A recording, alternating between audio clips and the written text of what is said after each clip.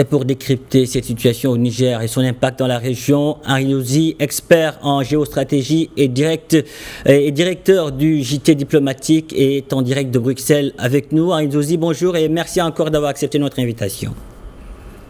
Bonjour, merci de m'accueillir. Alors, les hommes en treillis au Niger restent droits dans leurs bottes. Ils entendent poursuivre le président Bazoum pour haute trahison. Stupéfaction du côté de la CEDEAO qui dénonce une nouvelle provocation. Henri Nozy, une solution pacifique de la crise est-elle possible vu les positions du CNSP et de la CEDEAO ?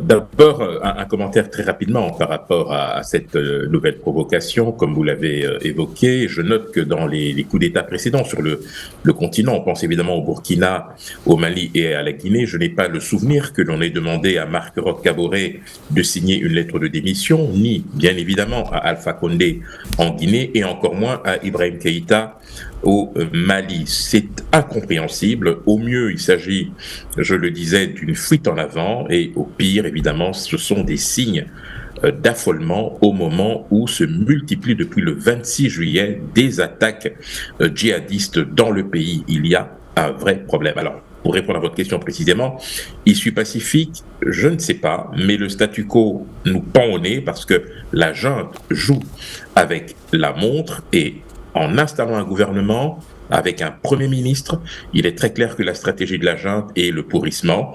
Mais cela étant, la diplomatie a encore toutes ses chances, mais à condition évidemment de ramener les putschistes à la raison. Selon vous, que cherche le CNSP en voulant poursuivre le président Bazoum pour haute trahison? Est-ce une manière pour les militaires de le pousser à jeter l'éponge? Mais écoutez, de facto, il n'est plus en fonction, c'est-à-dire qu'il est en incapacité de pouvoir présider aux destinées de son peuple. Je suis même assez étonné de voir ce débat surréaliste parce que de deux choses l'une, où effectivement l'ordre constitutionnel est rétabli. Cela a été le cas notamment en Gambie en 2017 lorsque la CEDEAO est intervenue militairement pour contraindre Yahya Jammeh d'accepter des résultats qu'il ne reconnaissait pas. Et là, effectivement, on est dans un cas de figure qui pourrait se reproduire. Mais encore une fois, attendons d'avoir épuisé toutes les voies de recours diplomatiques.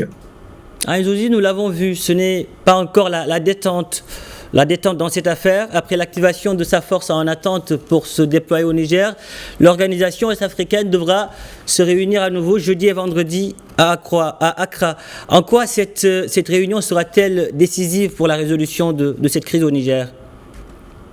Bon, d'abord, je me méfie vraiment des effets d'annonce. On nous parle de réunion décisive et finalement, la montagne finit par accoucher d'une souris. Non, je pense qu'il faut plutôt rester prudent parce que n'oubliez pas qu'il y a de longues lignes de fracture entre certains pays membres de la CEDEAO, en ce compris ceux qui n'ont pas accepté de fournir des troupes dans l'hypothèse évidemment d'une intervention armée au Niger. Donc il faut rester extrêmement prudent. Cette réunion est probablement utile, mais elle ne fera que rappeler les engagements pris par certains pays pour intervenir dans l'hypothèse où cela sera nécessaire. Henri Nozy, merci pour toutes ces précisions. Merci d'avoir répondu à nos questions.